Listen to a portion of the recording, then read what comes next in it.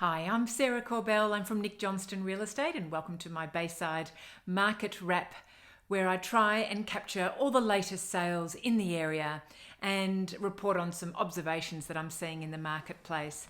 Well, with the news that the state government delivered that the lockdown was going to continue, that meant that any new listings that real estate agents had in their pipeline stayed just there in their pipeline. So there was very few new properties hitting the market over the last few weeks.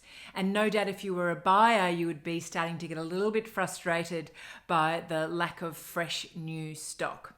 So that said, there were some sales in Bayside, first one being 1 and 3 Collins Street in Brighton. That was a land opportunity of around 765 square metres, and that sold for 3.6 million. So that ended up being around just shy of $4,700 per square metre. Fabulous spot there in Collins Street, right near Furbank.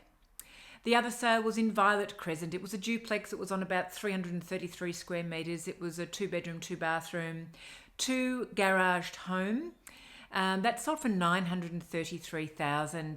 And then another townhouse in Hampton in Charles Street that sold for just shy of $1.8 million. So as you can see, not so many sales have been happening of late in the area, and we're certainly starved for new stock.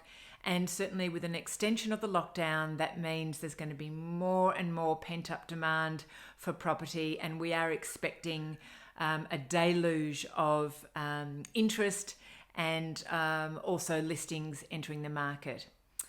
So I've been attending a number of webinars of late and listening to the recoveries across the globe in the property market after such harsh lockdowns. And certainly I've been looking to New Zealand to see what the trends have been there after their lockdown, and it seems to be that they recovered with a V-shaped recovery rather than a U-shape, which actually takes a lot longer. So if we do look to New Zealand, and we've had an extended lockdown, in fact a longer lockdown than they have experienced, then we would imagine that first of all the demand for property and the prices for property should be strong when we come out of here. I know that New Zealand reported that they had their highest number of sales and listings on the internet ever when they're comparing the same time from year on year.